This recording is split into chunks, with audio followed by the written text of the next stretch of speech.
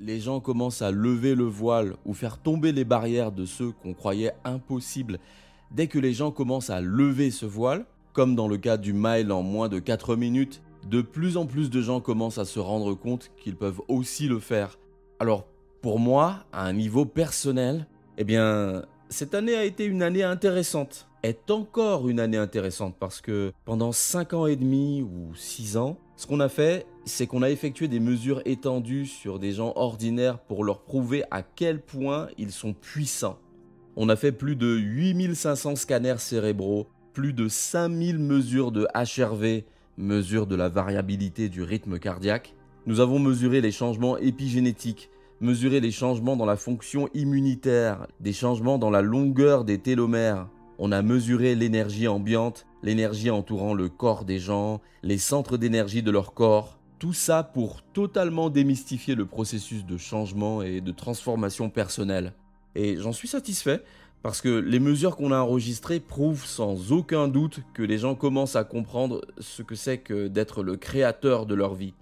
Et si vous pouvez fournir aux gens des informations scientifiques solides, et je crois que la science est le langage contemporain du mysticisme, la science est ceux qui démystifient le mysticisme, eh bien ensuite, s'ils ont la capacité de vraiment le comprendre, puis de se tourner vers leur voisin et de lui expliquer, en expliquant ce modèle de compréhension, ils commencent à implémenter le matériel neurologique dans leur cerveau préalable à l'expérience. En d'autres termes, plus vous comprenez ce que vous faites et pourquoi vous le faites, plus l'expliquer devient simple. Si vous ne pouvez pas l'expliquer, c'est que ce n'est pas connecté dans votre cerveau. Donc, à mesure que vous apprenez de nouvelles choses, vous créez de nouvelles connexions dans votre cerveau. Lorsque vous commencez à le répéter, à y réfléchir, les cellules nerveuses qui s'activent ensemble commencent à se connecter entre elles. Et si apprendre, c'est créer de nouvelles connexions, alors se souvenir, c'est maintenir ces connexions. De cette façon, lorsque les gens commencent à expliquer ce modèle de compréhension, ils mettent réellement en place les circuits pour les préparer à vivre une expérience. Si vous leur donnez les instructions adéquates et que vous mettez en place les conditions dans leur environnement où ils se sentent suffisamment en sécurité pour créer, un certain pourcentage de ces personnes raccorderont leur comportement avec leurs intentions et leurs actions avec leurs pensées. Quand ils le feront, il y aura une forme de transformation. On a donc mesuré cette transformation et on l'a interprétée. Et plus on interprète cette transformation, plus nous obtenons d'informations pour être en mesure d'enseigner à nouveau la transformation la fois suivante. C'est comme ça qu'on a été en mesure de combler le fossé entre la connaissance et l'expérience. Et du coup, au cours des 6 dernières années à peu près, toutes les mesures que nous avons collectées nous ont permis de décrire une histoire scientifique, encore et encore. Vous n'avez pas besoin d'être un moine, un universitaire, un érudit, une nonne ou un rabbin. Tout ce que vous avez à faire, c'est de comprendre la formule. On a donc organisé ces événements d'une semaine qui duraient en fait 4 jours et demi précisément. Et je me suis rendu compte que vers le samedi ou le dimanche, lorsque l'événement se terminait, les gens commençaient à vivre des expériences vraiment intenses. J'ai donc pensé, et si on rallongeait les ateliers de 3 ou 4 jours supplémentaires pour donner l'occasion aux participants de passer une semaine entière et de s'immerger plus profondément dans l'expérience? Et je peux vous dire une chose, on a organisé 5 ou 6 événements d'une semaine maintenant, et des miracles de proportions quasi bibliques commencent à se produire sous nos yeux. Et je ne parle pas seulement d'une douleur à l'épaule qui disparaît ou d'une insomnie qui diminue. Je ne parle pas de petits effets sur le bien-être. Je parle de personnes qui sont nées avec une vision de 5%, qui n'ont jamais vu de visage, qui n'ont jamais distingué les couleurs ou les détails et qui retrouvent leur vision. Je parle de personnes qui étaient sourdes, qui portaient des prothèses auditives ou qui ne pouvaient pas entendre d'une oreille ou des deux. Aujourd'hui, ils entendent à nouveau. Des gens avec des tumeurs à la thyroïde, des tumeurs sur le corps, qui les voient rétrécir et disparaître en une semaine. Et des gens avec des béquilles, ou même des gens en fauteuil roulant. On a vu ces personnes rompre avec leurs habitudes et commencer à vivre une vie radicalement différente. Et donc, je dois vous dire, je pense que je suis plus surpris que quiconque parce qu'on est témoin de ces phénomènes qui se produisent juste sous nos yeux. Et croyez-moi, lorsque vous commencez vraiment à en faire l'expérience, ou du moins à en être témoin ou à l'observer, il vous est impossible de rester la même personne. Ça vous change très profondément. Je pense que c'est un moment de l'histoire où il faut savoir comment. Et tout d'un coup, vous voyez comme une infection qui se répand dans la communauté et crée une maladie.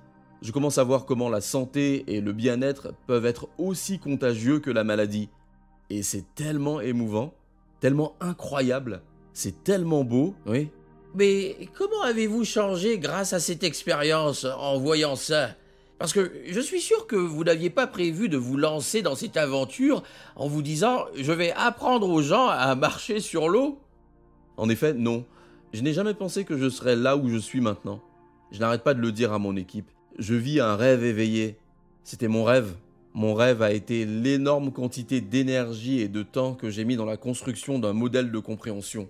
Et puis, étape par étape, en faisant méthodiquement de mon mieux pour l'enseigner d'une manière qui n'exclut personne et que tout le monde puisse comprendre. Et procéder à un rythme que tout le monde peut suivre. Il faut dire qu'il y a une accélération qui commence à se produire maintenant, comme dans le cas du mile en moins de 4 minutes.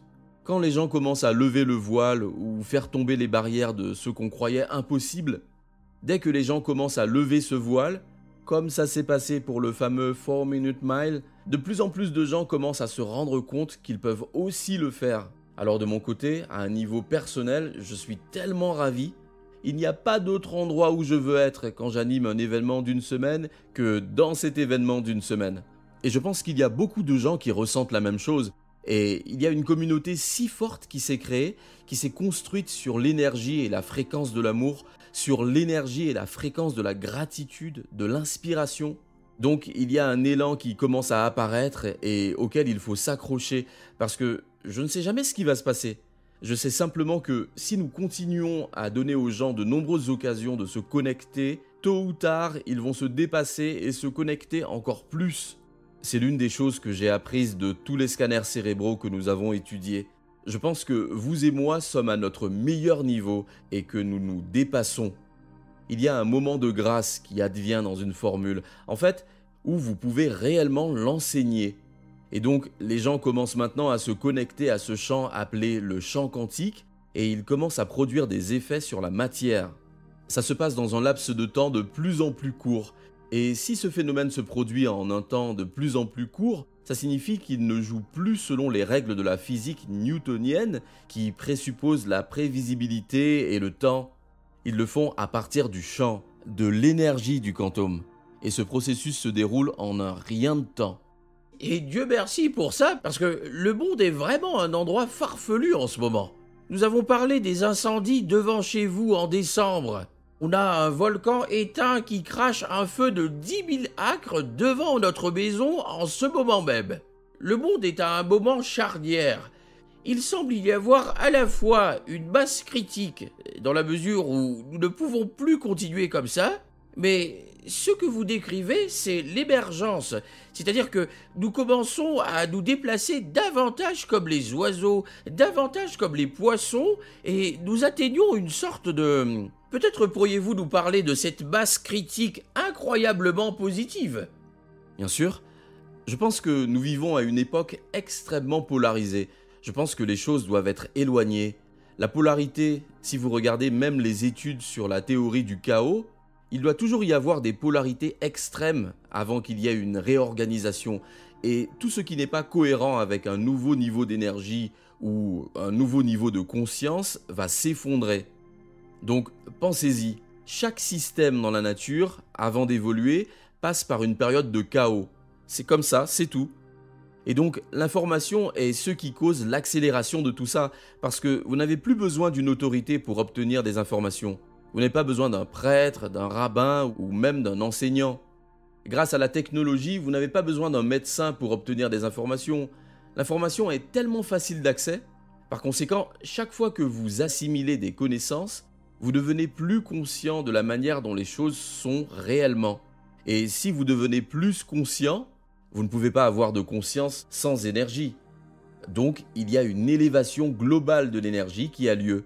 En fait, si je pense à ce qui se passait il y a 5 ou 10 ans, lorsque je me présentais devant un public et que je devais travailler pour l'amener à un certain niveau de compréhension, cette époque est révolue et nous ne reviendrons plus jamais à ça. Tout le monde est informé. Donc ce niveau supérieur d'énergie, ce niveau supérieur de conscience entraîne l'effondrement des anciens systèmes et des anciens paradigmes. Et donc, si vous regardez l'environnement, la politique, l'économie, la religion, l'éducation, le journalisme, la médecine, tous ces paradigmes commencent à s'effiler parce qu'ils ne sont plus cohérents avec un niveau supérieur d'énergie. Alors, comment affronter ces défis ?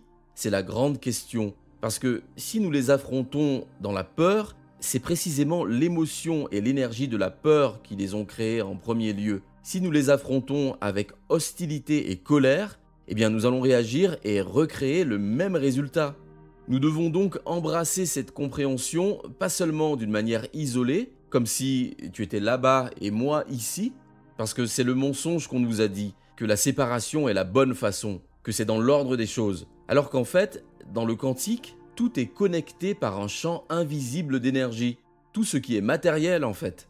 Alors comment unifier tout ce qui est matériel ? Eh bien par cette émotion forte appelée amour ou gratitude. Comme ça, lorsqu'on commence à partir de ce niveau de conscience, on expérimente moins de séparation. En fait, notre cœur commence à s'ouvrir. Le champ autour de notre corps commence à s'étendre. Et ce champ autour du corps qui commence à s'étendre touche en fait toutes les autres choses matérielles depuis une source immatérielle. Cela signifie que lorsque vous ressentez de l'amour pour vous-même, ou de l'amour pour la vie, ou de l'amour pour le moment, chaque personne avec laquelle vous avez une relation, si votre signal est le plus fort, il commencera à affecter son système nerveux autonome. On sait que c'est la vérité parce qu'on l'a mesuré à de multiples reprises. Vous pouvez prendre un groupe de 750 personnes et les mettre dans une pièce avec 50 personnes à l'avant de la pièce reliées à des moniteurs de fréquence cardiaque. Or, il s'avère que, comme vous le savez, vous connaissez l'équipe de Hurtmath, Howard, Martin, Roland et Debbie et tous ces gars-là. Vous savez que lorsque vous êtes frustré, lorsque vous êtes impatient, lorsque vous éprouvez de la rancœur, votre cœur bat en fait de manière très incohérente, dans le désordre. C'est parce que lorsque vous appuyez à la fois sur l'accélérateur et le frein en même temps, les systèmes de survie se mettent en marche. Les hormones du stress sont libérées, mais vous n'êtes pas en train de courir. Vous n'êtes pas en train de vous battre, ni en train d'essayer de vous mettre à l'abri. Il y a donc un conflit entre l'accélérateur et le frein. Et ce qui fait que le cœur bat de façon désordonnée, et tandis que vous passez de ces émotions limitées à des émotions élevées, vous commencez à ressentir de l'amour et de la gratitude. Tout d'un coup, vous commencez à émaner un champ magnétique très cohérent autour de votre corps. Cette énergie est une fréquence, et toute fréquence est porteuse d'informations.